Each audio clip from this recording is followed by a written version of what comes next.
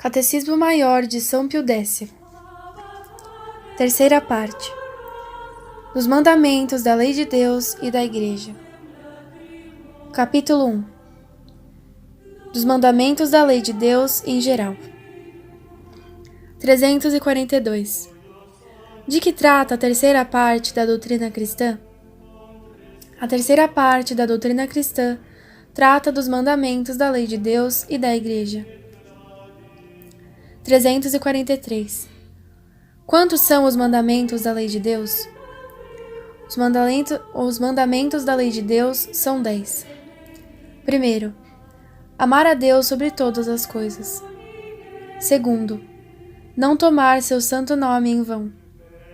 Terceiro, guardar domingos e festas. Quarto, honrar pai e mãe.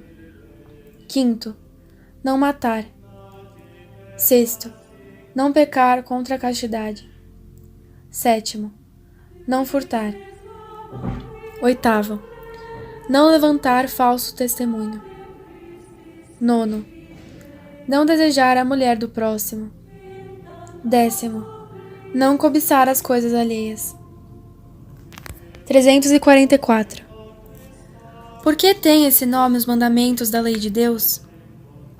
Os mandamentos da lei de Deus têm esse nome porque foi o próprio Deus que os gravou na alma de cada homem e os promulgou no Monte Sinai, na antiga lei, esculpidos em 2 tábuas de pedra, e porque Jesus Cristo os confirmou na lei nova.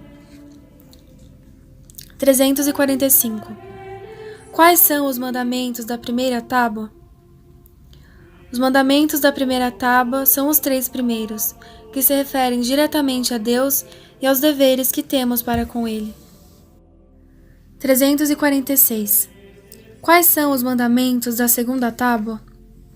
Os mandamentos da segunda tábua são os últimos 7, que se referem ao próximo e aos deveres que temos para com Ele. 347. Somos obrigados a observar os mandamentos? Sim, todos somos obrigados a observar os mandamentos, porque todos devemos viver segundo a vontade de Deus que nos criou, e basta transgredirmos gravemente um só deles para merecer o inferno. 348. Podemos observar os mandamentos? Podemos, sem dúvida, observar os mandamentos da lei de Deus, porque Deus não nos manda nenhuma coisa impossível, e dá a graça para os observar a quem a pede devidamente.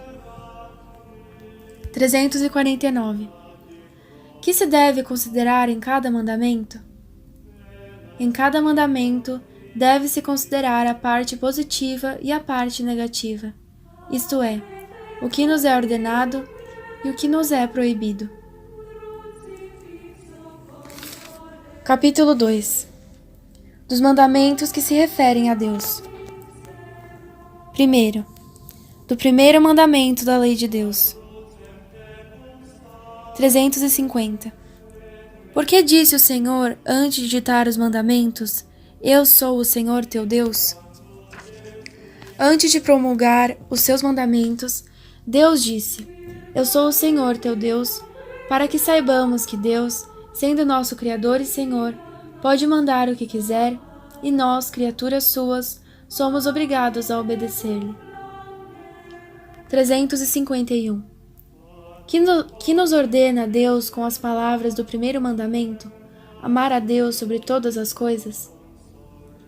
Com as palavras do primeiro mandamento, amar a Deus sobre todas as coisas, Deus nos ordena que o reconheçamos, adoremos, amemos e sirvamos a Ele só, como nosso soberano Senhor.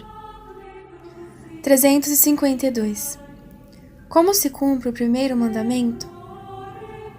Cumpre-se o primeiro mandamento com o exercício do culto interno e externo.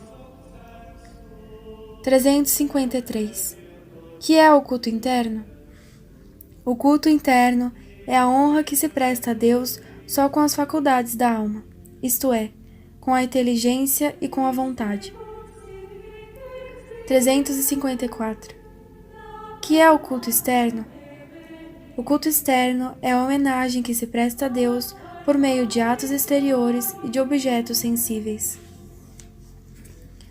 355.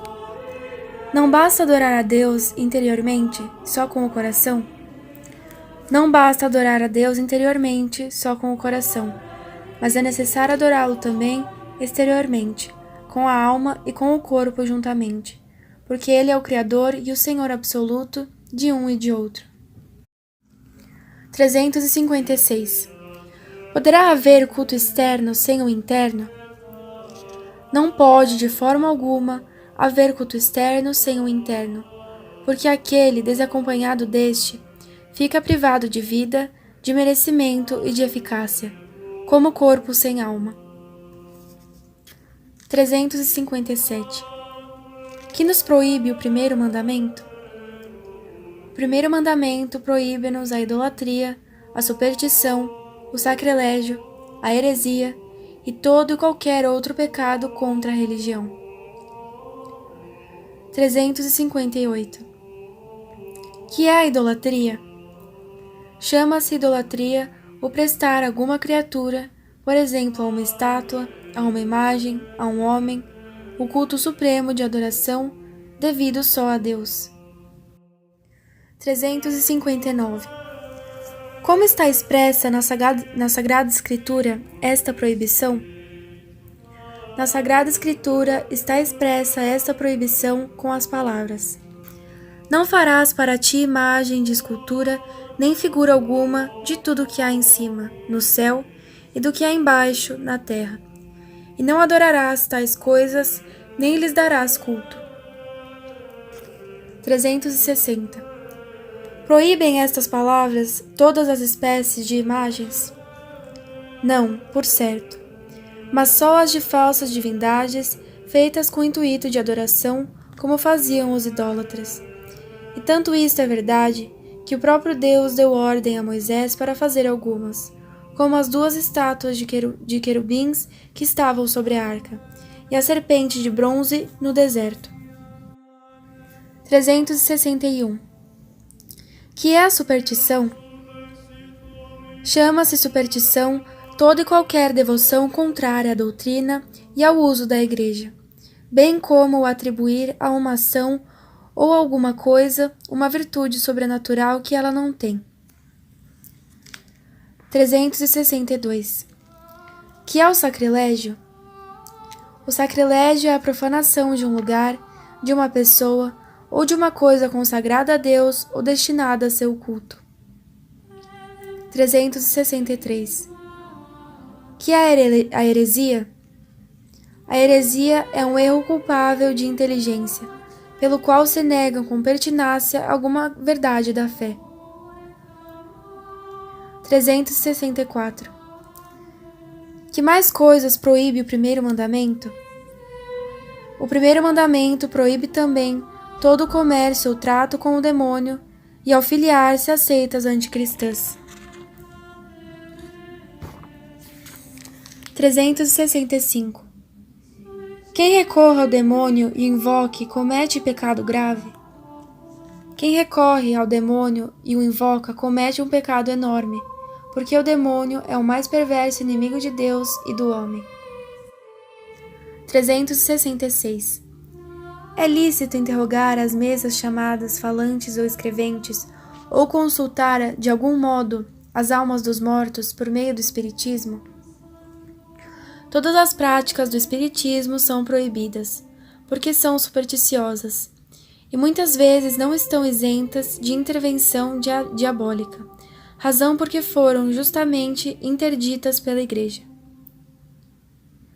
367.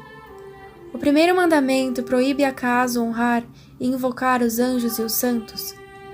Não, não é proibido honrar e invocar os anjos e os santos, e até os devemos fazer, porque é coisa boa e útil, e altamente recomendada pela Igreja, já que eles são amigos de Deus e os nossos intercessores junto dele. 368.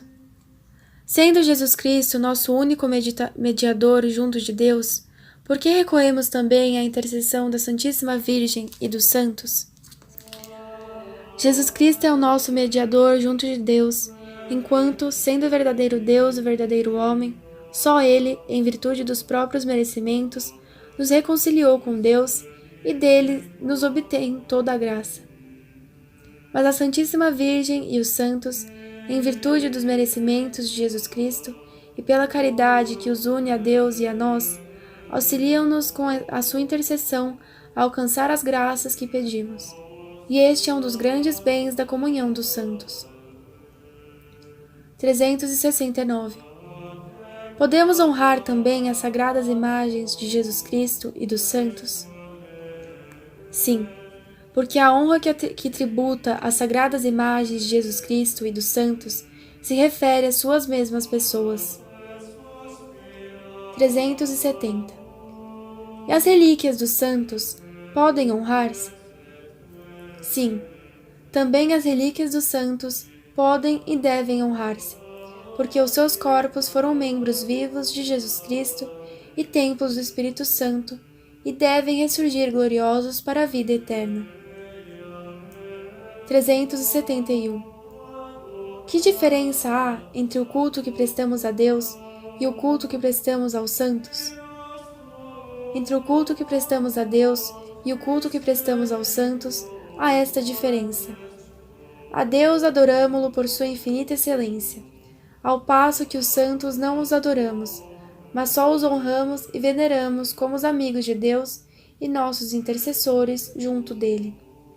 O culto que prestamos a Deus chama-se latria, isto é, de adoração, e o culto que prestamos aos santos chama-se dulia, isto é, de veneração aos servos de Deus. Enfim, o culto especial que prestamos a Maria Santíssima chama-se hiperdulia, isto é, de essencialíssima veneração como Mãe de Deus. Segundo, do segundo mandamento da lei de Deus. 372. Que nos proíbe o segundo mandamento, não tomar seu santo nome em vão? O segundo mandamento, não tomar seu santo nome em vão, proíbe-nos: primeiro, pronunciar o nome de Deus sem respeito; segundo, blasfemar contra Deus, contra a Santíssima Virgem ou contra os santos; terceiro, fazer juramentos falsos ou desnecessários ou proibidos desta ou daquela maneira. 373. Que quer dizer pronunciar o nome de Deus sem respeito? Pronunciar o nome de Deus sem respeito quer dizer pronunciar este santo nome e tudo que se refere de modo especial ao próprio Deus, como o nome de Jesus Cristo, de Maria e dos santos, com ira, por escárnio ou de outro modo pouco reverente. 374. Que é blasfêmia? A blasfêmia é um pecado horrível que consiste em palavras ou atos de desprezo ou maldição contra Deus, contra a Virgem, contra os santos ou contra as coisas santas. 375. Há diferença entre a blasfêmia e a imprecação ou praga? Há diferença porque com a blasfêmia se amaldiçoa ou se deseja mal a Deus, a Nossa Senhora, aos santos, ao passo que, com a imprecação ou praga, se amaldiçoa ou se deseja mal a si mesmo ou ao próximo. 376. Que é jurar? Jurar é tomar a Deus em testemunho da verdade do que se afirma ou se promete. 377. É sempre proibido jurar? Não é sempre proibido o juramento, mas é lícito e até honroso para Deus quando há necessidade e se jura com verdade, discernimento e justiça. 378. Quando não se jura com verdade? Quando se afirma com juramento o que se sabe ou se julga falso, e quando com juramento se promete o que não se tem a intenção de cumprir. 379. Quando não se jura com discernimento? Quando se jura sem prudência nem madura ponderação, ou por coisas de pequena importância. 380. Quando não se jura com justiça? Quando se jura fazer uma coisa que não é justa ou permitida, como jurar vingar-se, roubar e outras coisas parecidas. 381. Somos obrigados a cumprir o juramento de fazer coisas injustas ou proibidas? Não só não somos obrigados, mas pecaríamos fazendo, porque são proibidas pela lei de Deus ou da Igreja. 382. Quem jura falso, que pecado comete? Quem jura falso, comete pecado mortal, porque desonra gravemente a Deus, verdade infinita, chamando-o em testemunho do que é falso. 383. Que nos ordena o segundo mandamento? O segundo mandamento ordena-nos que honremos o santo nome de Deus e que cumpramos, além dos juramentos, também os votos. 384. Que é um voto? Um voto é uma promessa feita a Deus de uma coisa boa, para nós possível e melhor que a coisa contrária, a que nós nos obrigamos como se nos fosse preceituada. 385. Se a observância do voto se nos tornasse no todo ou em parte muito difícil, que haveria a fazer? Podia-se pedir a comutação ou a dispensa ao bispo próprio, ou ao sumo pontífice, conforme a qualidade do voto. 386. É pecado transgredir os votos? O transgredir os votos é pecado, e por isso não devemos fazer votos sem madura reflexão e ordinariamente sem o conselho de um confessor, ou de outra pessoa prudente, para não nos expormos ao perigo de pecar. 387. Podem fazer-se votos a Nossa Senhora e aos santos? Os votos fazem-se só a Deus. Pode-se, porém, prometer a Deus fazer alguma coisa em honra de Nossa Senhora ou dos santos. 3. Do terceiro mandamento da lei de Deus. 388. Que nos ordena o terceiro mandamento, guardar domingos e festas? O terceiro mandamento, guardar domingos e festas, ordena-nos que honremos a Deus com obras de culto nos dias de festa. 389. Quais são os dias de festa? Na antiga lei, eram os sábados e outros dias particularmente solenes para o povo judeu. Na lei nova, são os domingos e as outras festividades estabelecidas pela Igreja. 390. Por que na lei nova se guarda o domingo e não o sábado? O domingo, que significa dia do Senhor, substituiu o sábado porque foi em dia de domingo que nosso Senhor Jesus Cristo ressuscitou. 391. Que obra de culto nos é preceituada nos dias de festa? É-nos preceituado assistir devotamente ao santo sacrifício da missa. 392. Com que outras obras costuma um bom cristão santificar as festas?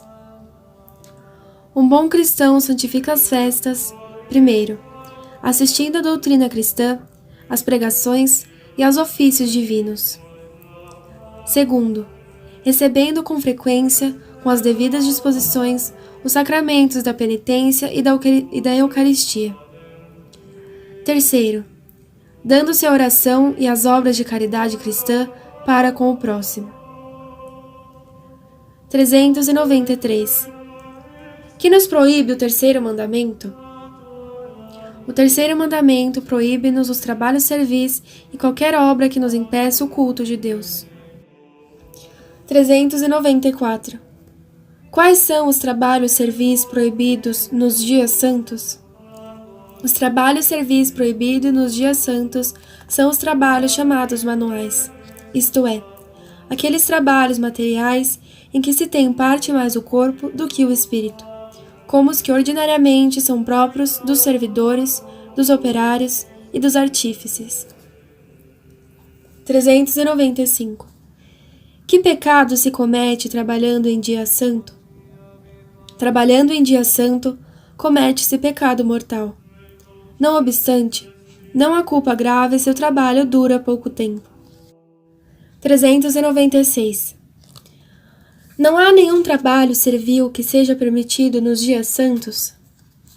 Nos dias santos são permitidos aqueles trabalhos que são necessários à vida ou ao serviço de Deus e os que se fazem por uma causa grave pedindo licença, se possível, ao próprio pároco.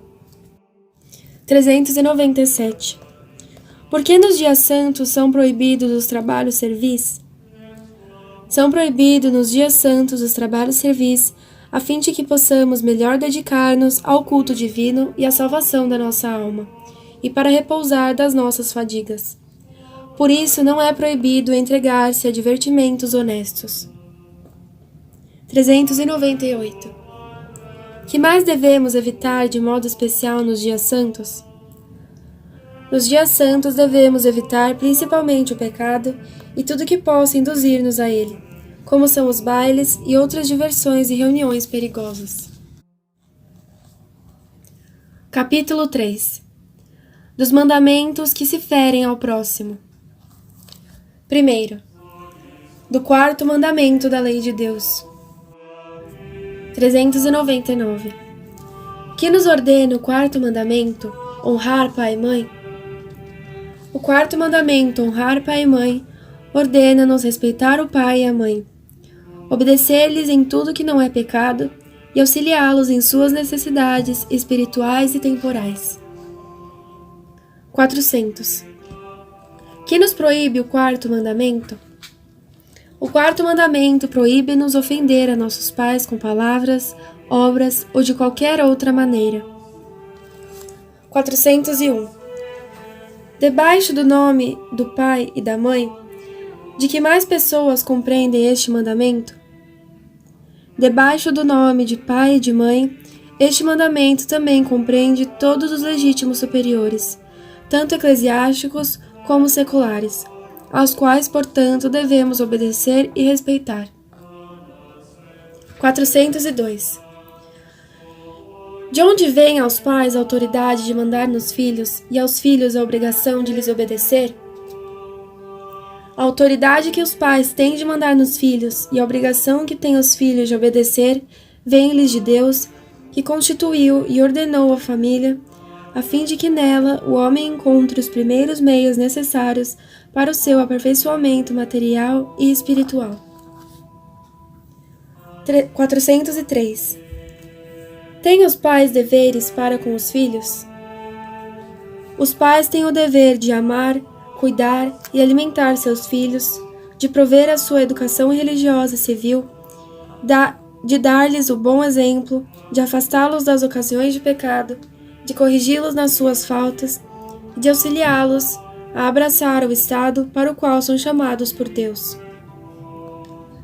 404. Deu-nos Deus o modelo da família perfeita?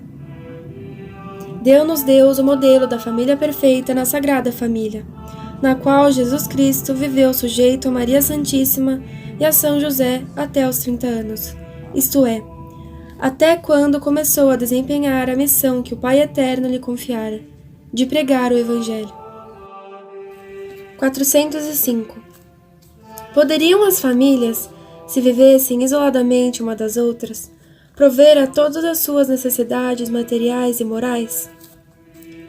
Se as famílias vivessem isoladamente uma das outras, não poderiam prover as suas necessidades e é necessário que elas se unam em sociedade civil, a fim de se auxiliarem mutuamente para o seu aperfeiçoamento e para a sua felicidade comum. 406. Que é a sociedade civil?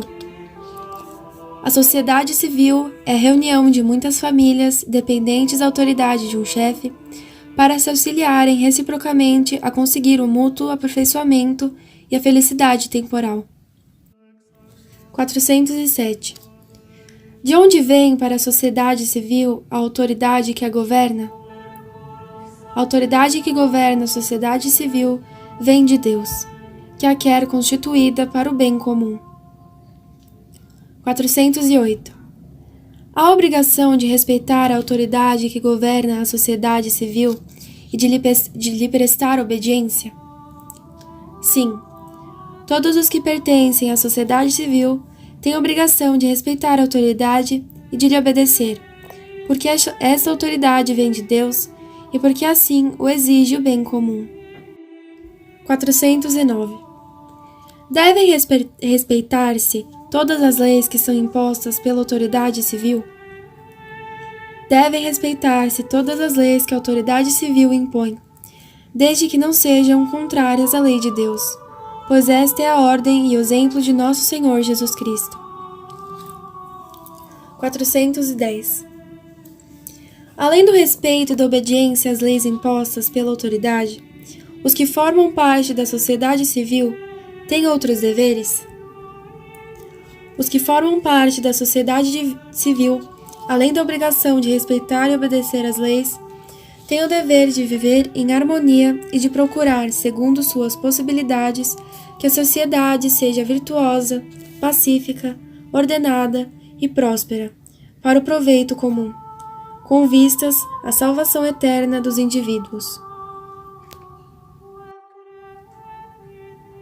Segundo, do quinto mandamento da lei de Deus. 411. Que nos proíbe o quinto mandamento, não matar?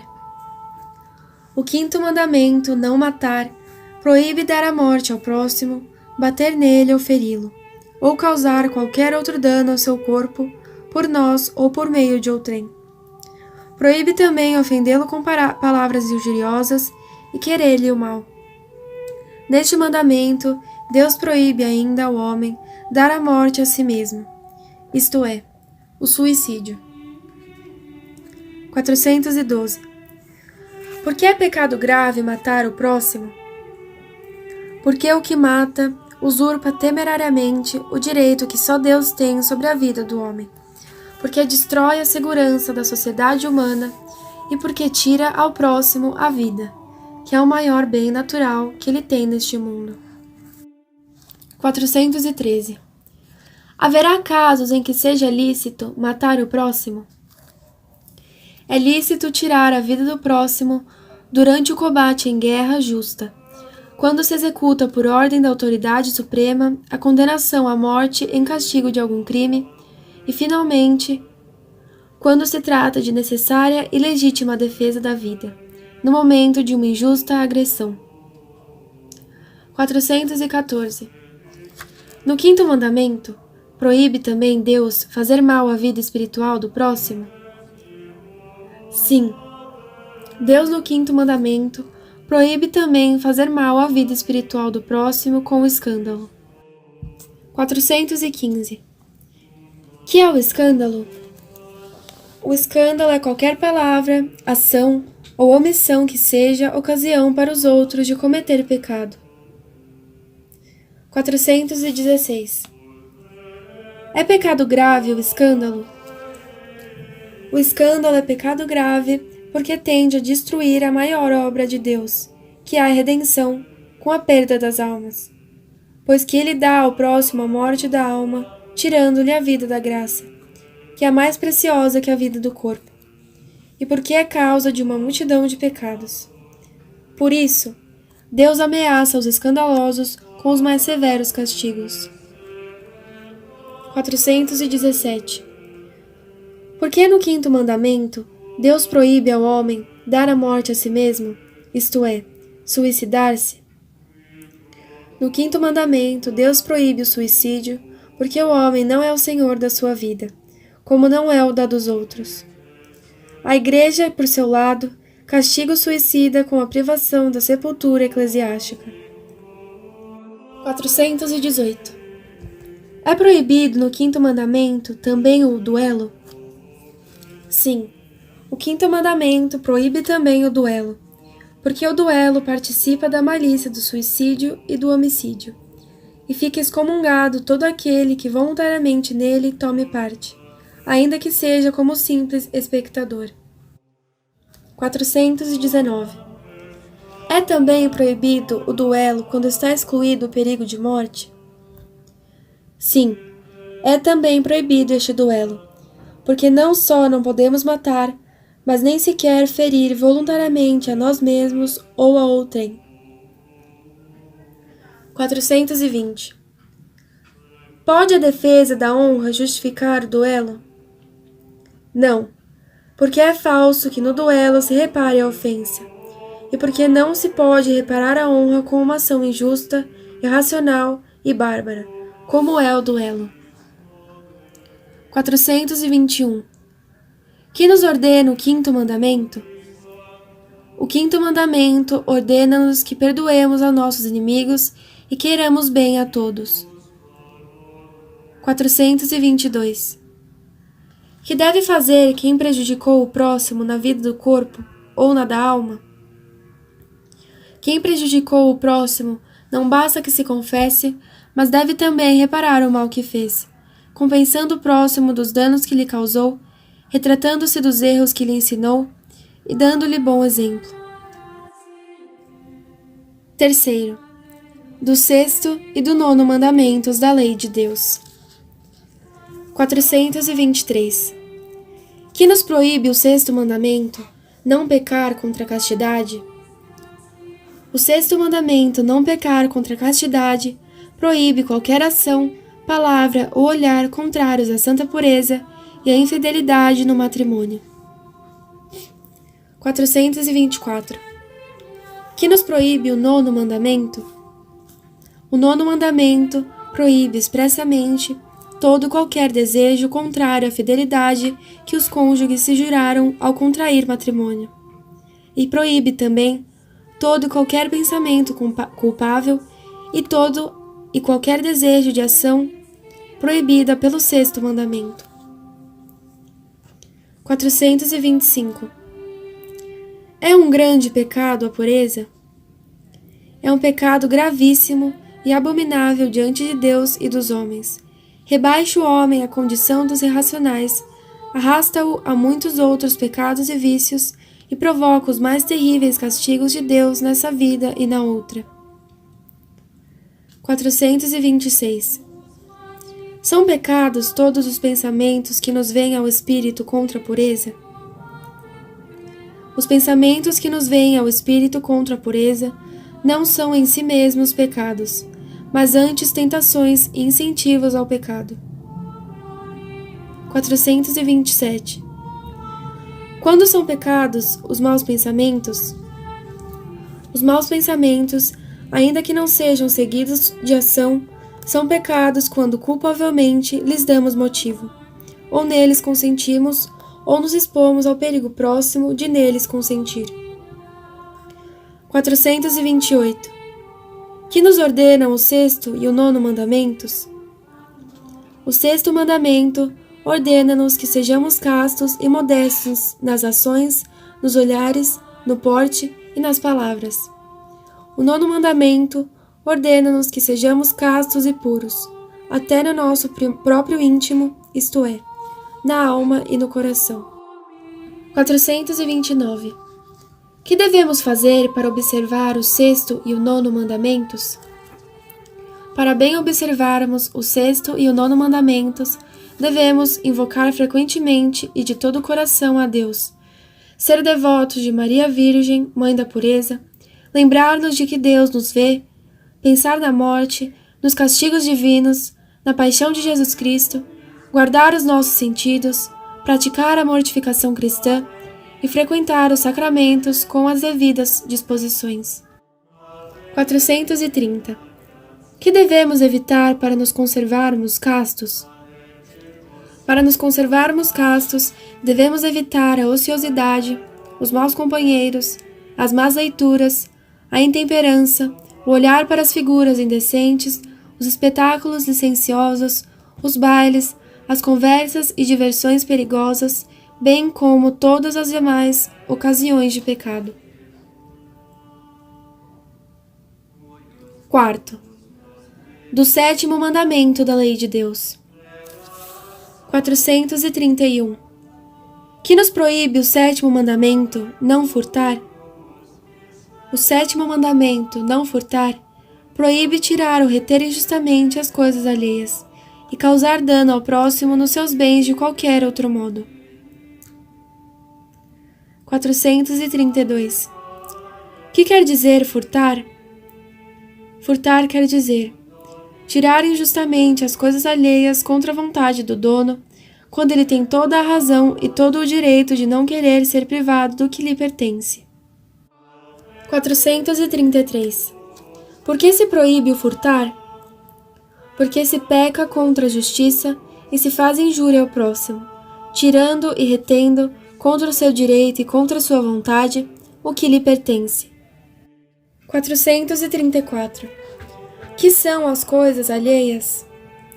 São todas as coisas que pertencem ao próximo, das quais tem a propriedade ou o uso, ou simplesmente as que ele tem em depósito.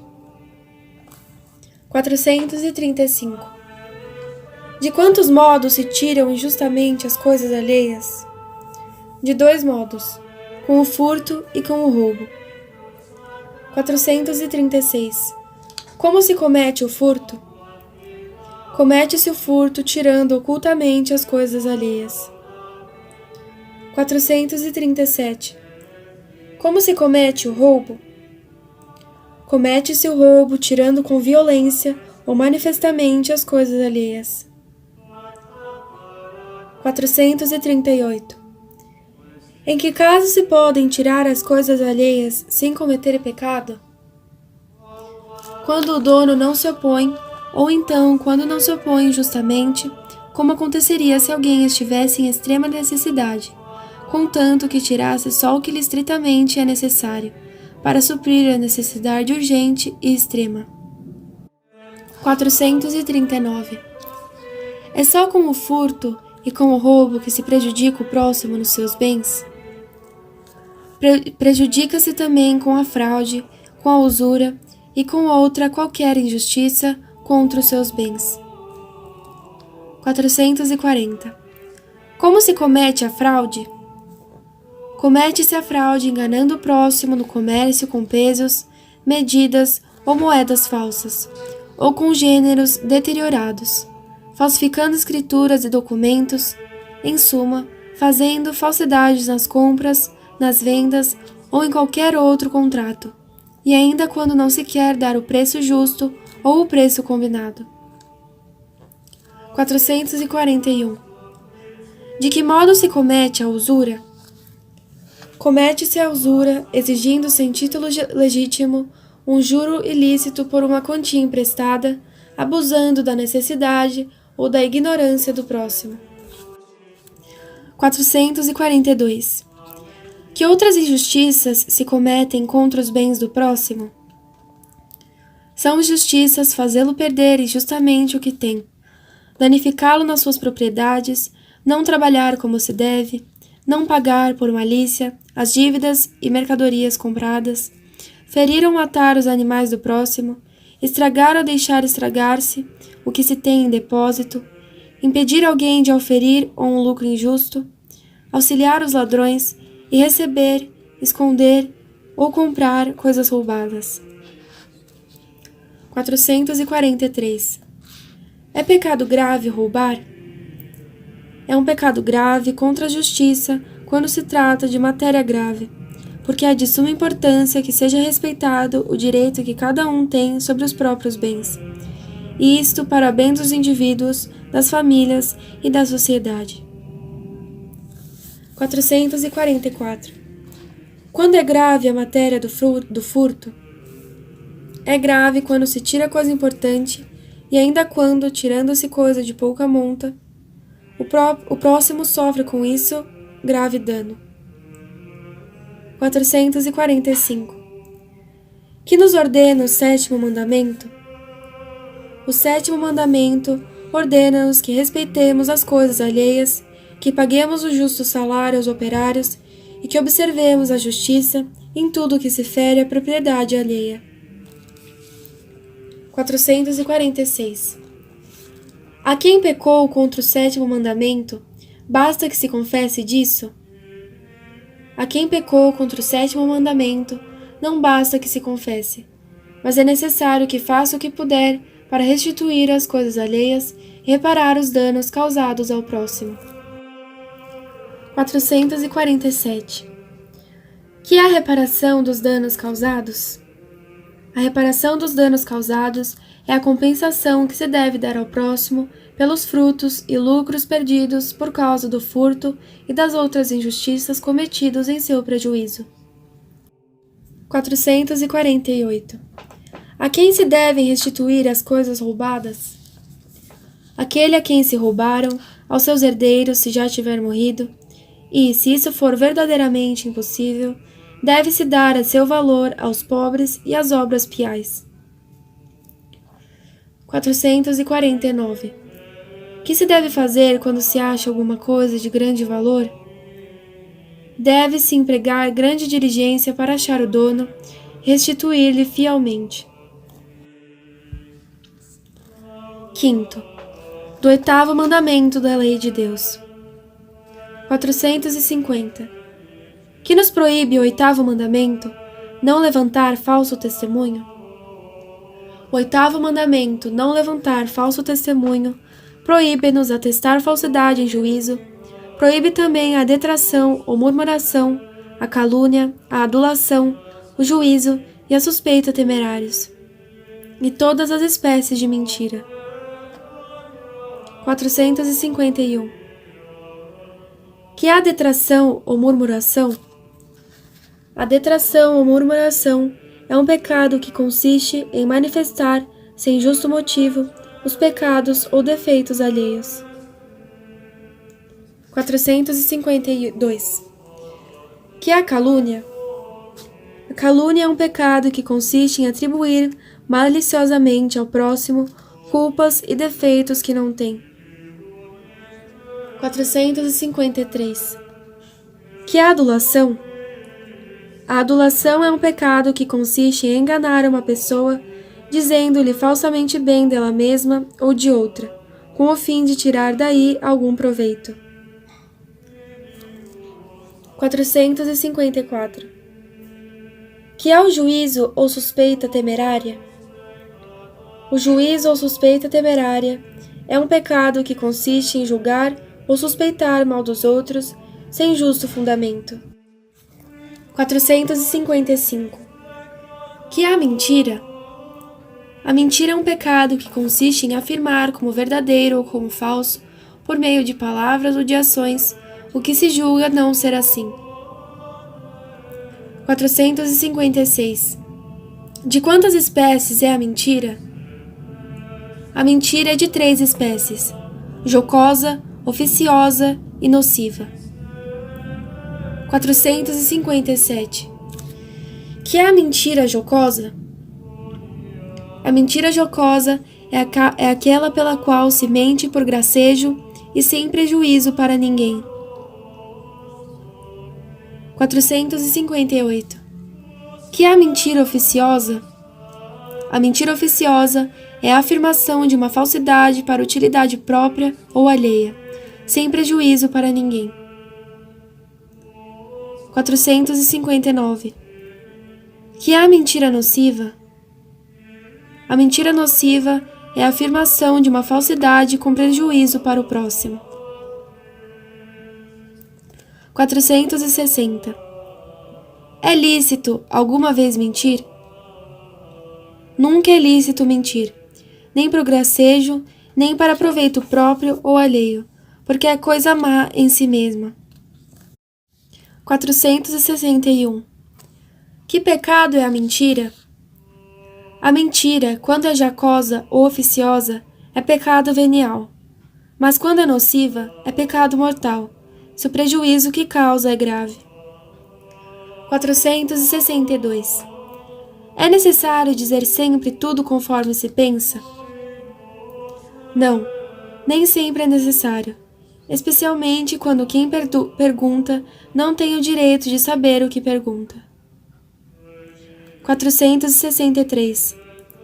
A quem pecou contra o 8º mandamento, basta que se confesse?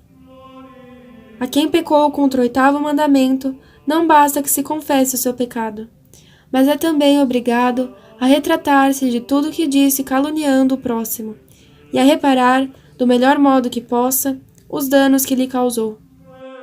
464. Que nos ordena o 8º mandamento? O 8º mandamento ordena-nos que digamos oportunamente a verdade e que interpretemos em bom sentido, tanto quanto pudermos, as ações do nosso próximo. 6º, do 10º mandamento da lei de Deus. 465. Que nos proíbe o 10º mandamento, não cobiçar as coisas alheias? O 10º mandamento, não cobiçar as coisas alheias, proíbe o desejo de privar o próximo dos seus bens e o desejo de adquirir bens por meios injustos. 466. Por que Deus proíbe o desejo dos bens alheios? Deus proíbe-nos o desejo dos bens alheios porque Ele quer que nós, até interiormente, sejamos justos e nos conservemos cada vez mais afastados das ações injustas. 467. Que nos ordena o 10º mandamento? O 10º mandamento ordena-nos que nos contentemos com o estado em que Deus nos colocou e que soframos com paciência a pobreza quando Deus nos queira neste estado. 468. Como pode o cristão estar contente na pobreza?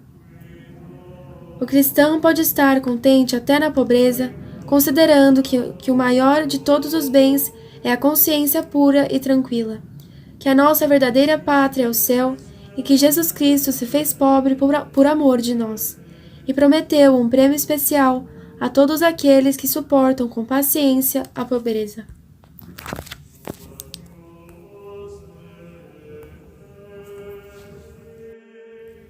Capítulo 4. Dos preceitos da Igreja. 1. Dos preceitos da Igreja em geral. 469. Além dos mandamentos da lei de Deus, que mais coisas somos nós obrigados a observar? Além dos mandamentos da lei de Deus, somos obrigados a observar os mandamentos ou preceitos da Igreja. 470. Somos obrigados a obedecer à Igreja? Sem dúvida, somos obrigados a obedecer à Igreja, porque o próprio Jesus Cristo nos ordena e porque os preceitos da Igreja facilitam a observância dos mandamentos de Deus. 471. Quando começa a obrigação de observar os preceitos da Igreja? A obrigação de observar os preceitos da Igreja começa geralmente com o uso da razão. 472. É pecado transgredir um preceito da Igreja? Transgredir com advertência um preceito da Igreja em matéria grave é pecado grave. 473. Quem pode dispensar de um preceito da Igreja? De um preceito da Igreja só pode dispensar o Papa ou quem dele receber as competentes faculdades. 474. Quantos e quais são os preceitos da Igreja? Os preceitos da Igreja são 5. 1.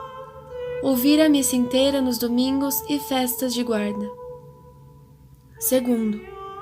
Confessar-se ao menos uma vez cada ano. 3. Comungar ao menos pela Páscoa da Ressurreição. 4. Jejuar e abster-se de carne quando manda a Santa Mãe Igreja. 5. Pagar dízimos segundo o costume. 2. Do primeiro preceito da Igreja. 475. Que nos manda o primeiro preceito ou mandamento da Igreja? Ouvir missa inteira nos domingos e festas de guarda?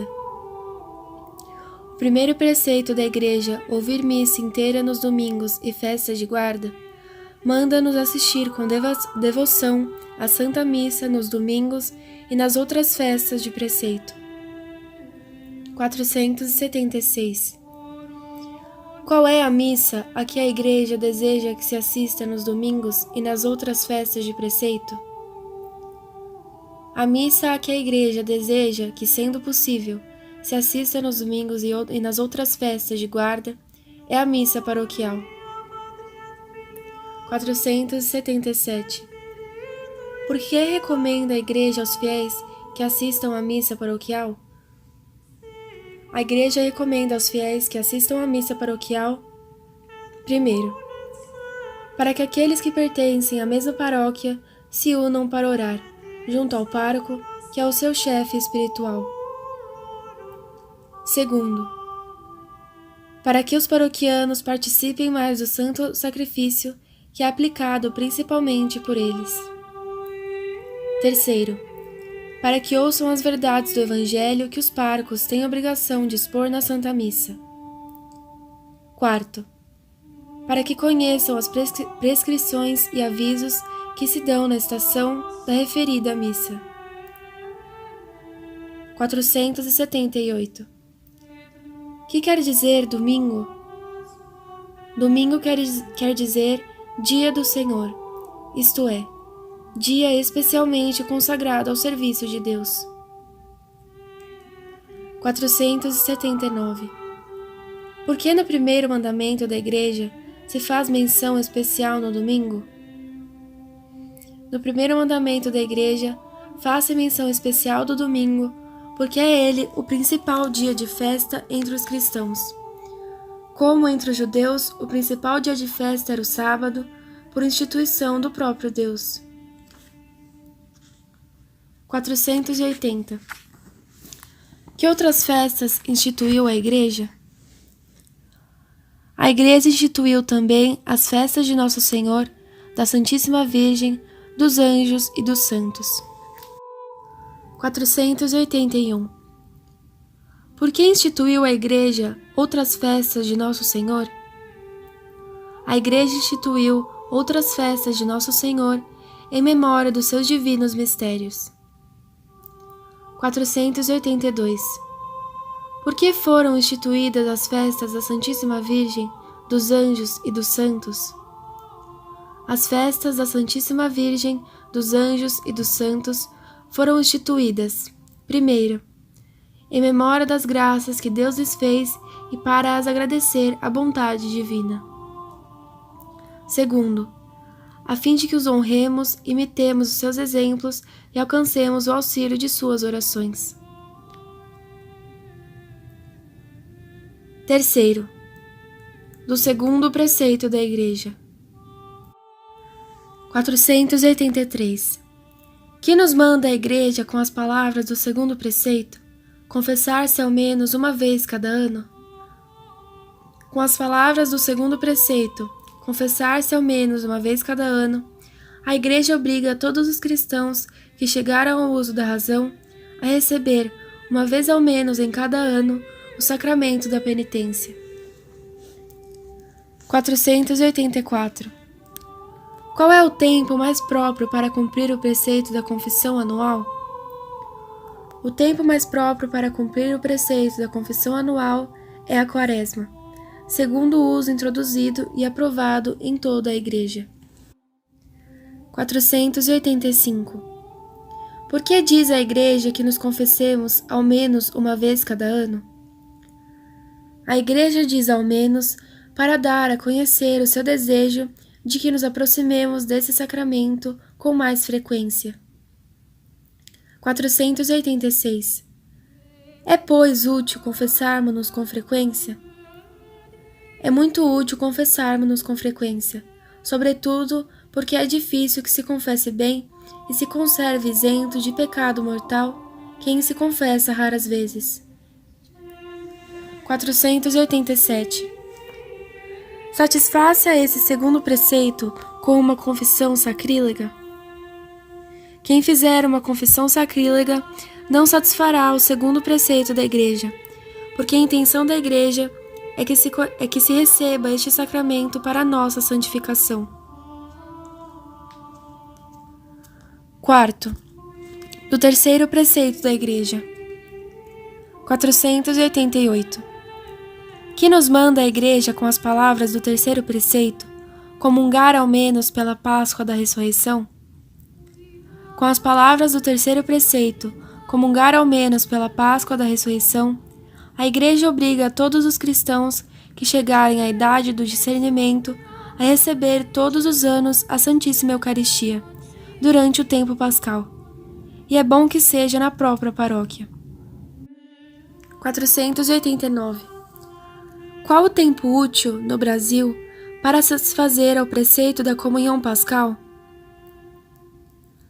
O tempo útil para satisfazer no Brasil ao preceito da comunhão pascal vai do dia 2 de fevereiro, festa da purificação de Nossa Senhora e da apresentação do Menino Jesus no templo, ao dia 16 de julho, comemoração de Nossa Senhora do Carmo.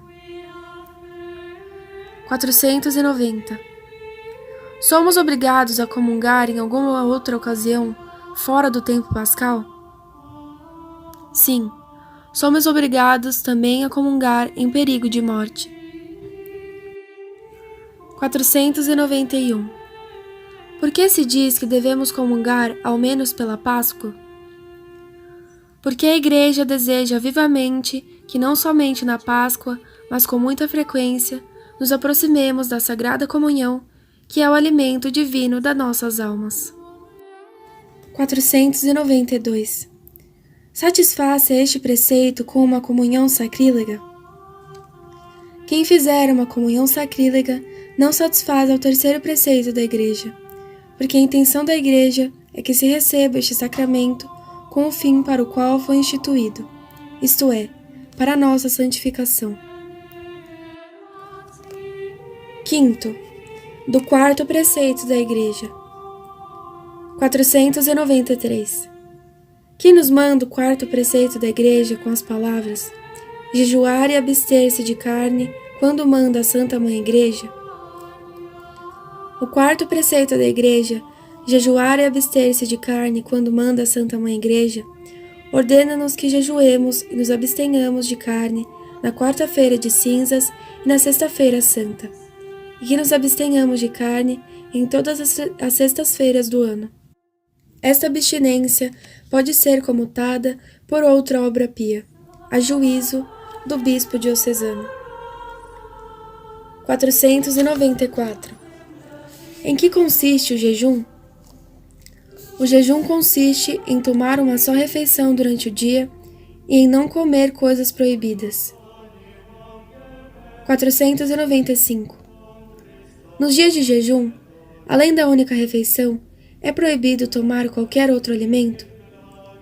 Nos dias de jejum, a Igreja permite uma pequena parva pela manhã e uma ligeira refeição à noite, ou então, cerca do meio-dia, quando se deixa para a tarde a refeição maior. 496. Para que serve o jejum? O jejum serve para nos dispormos melhor para a oração, para fazermos penitência dos pecados cometidos e para nos preservarmos de cometer outros novos. 497. Quem é obrigado a jejuar? São obrigados a jejuar todos os cristãos desde os 21 anos completos até os 60 começados, se não estão dispensados ou excusados por legítimo impedimento. A abstinência começa a ser obrigatória aos 14 anos. 498. Estão também dispensados de toda a mortificação os que não estão obrigados a jejuar? Os que não estão obrigados a jejuar, nem por isso estão dispensados de toda a mortificação, porque todos temos obrigação de fazer penitência. 499. Para que fim foi instituída a Quaresma? A Quaresma foi instituída a fim de imitarmos, de algum modo, o rigoroso jejum de 40 dias que Jesus Cristo observou no deserto, e a fim de nos prepararmos, por meio da penitência, para celebrar santamente a festa da Páscoa. 500. Qual o fim do jejum do Advento?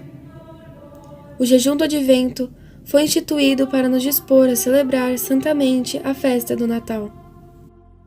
501. Para que foi instituído o jejum das 4 têmporas? O jejum das 4 têmporas foi instituído para consagrar cada uma das 4 estações do ano com a penitência de alguns dias, para pedir a Deus a conservação dos frutos da terra, para lhe dar graças pelos frutos já concedidos e para lhe pedir que dê à sua igreja santos ministros, que são ordenados nos sábados das 4 têmporas. 502. Para que foi instituído o jejum das vigílias? O jejum das vigílias foi instituído a fim de nos prepararmos para celebrar santamente as festas principais. 503. Que nos proíbe a Santa Igreja nos dias de jejum e abstinência? Quando a pessoa não está legitimamente dispensada, deve, no dia de jejum e abstinência, tomar uma só refeição plena, podendo fazer 2 outras pequenas, uma pela manhã e outra à tarde, que evite grave dano como, por exemplo, uma forte dor de cabeça. Nos dias de abstinência, proíbe o uso da carne e do caldo de carne. 504. Por que a Igreja quer que nos abstenhamos de comer carne nas sextas-feiras? A fim de que façamos penitência todas as semanas e, sobretudo, nas sextas-feiras, em honra da paixão de Jesus Cristo. 6. Do 5º preceito da Igreja. 505. Como se observa o 5º preceito da Igreja? Pagar dízimo segundo o costume? Observa-se o 5º preceito, pagar dízimo segundo o costume, pagando aquelas ofertas ou contribuições que foram estabelecidas para reconhecer o supremo domínio que Deus tem sobre todas as coisas e para sustentar os ministros do altar. Capítulo 5. Dos deveres particulares do próprio Estado e dos conselhos evangélicos. 1. Dos deveres do próprio Estado. 506. Que venham a ser os deveres do próprio Estado? Por deveres do próprio Estado, entendem-se aquelas obrigações particulares que cada um tem por causa do seu estado, da sua condição e da situação em que se acha. 507. Quem impôs aos diversos estados os seus deveres particulares? Foi o próprio Deus que impôs aos diversos estados os deveres particulares, porque estes derivam dos seus divinos mandamentos. 508. Explicai-me com algum exemplo como os deveres particulares derivam dos 10 mandamentos. No 4º mandamento, sob o nome de pai e mãe, entendem-se também todos os nossos superiores. Assim, deste mandamento derivam todos os deveres de obediência, de amor e de respeito dos inferiores para com os seus superiores, e todos os deveres de vigilância que têm os superiores sobre os seus inferiores. 509. De que mandamentos derivam os deveres dos operários, dos comerciantes, dos administradores de bens alheios e outros semelhantes? Os deveres de fidelidade, de sinceridade, de justiça, de equidade, que eles têm, derivam do 7º, do 8º e do 10º mandamentos, que proíbem toda e qualquer fraude, injustiça, negligência e duplicidade. 510. De que mandamento derivam os deveres das pessoas consagradas a Deus? Os deveres das pessoas consagradas a Deus derivam do 2º mandamento, que manda cumprir os votos e as promessas feitas a Deus, uma vez que essas pessoas se obrigaram dessa forma à observância de todos ou de alguns conselhos evangélicos. 2. Dos conselhos evangélicos. 511. Que são os conselhos evangélicos? Os conselhos evangélicos são alguns meios sugeridos por Jesus Cristo no Santo Evangelho para chegar à perfeição cristã. 512. Quais são os conselhos evangélicos? Os conselhos evangélicos são pobreza voluntária, castidade perpétua e obediência inteira em tudo o que não seja pecado. 513. Para que servem os conselhos evangélicos? Os conselhos evangélicos servem para facilitar a observância dos mandamentos e para assegurar melhor a salvação eterna. 514. Por que os conselhos evangélicos facilitam a observância dos mandamentos? Os conselhos evangélicos facilitam a observância dos mandamentos porque nos ajudam a desapegar o coração do amor dos bens terrenos, dos prazeres e das honras, e assim nos afastam do pecado.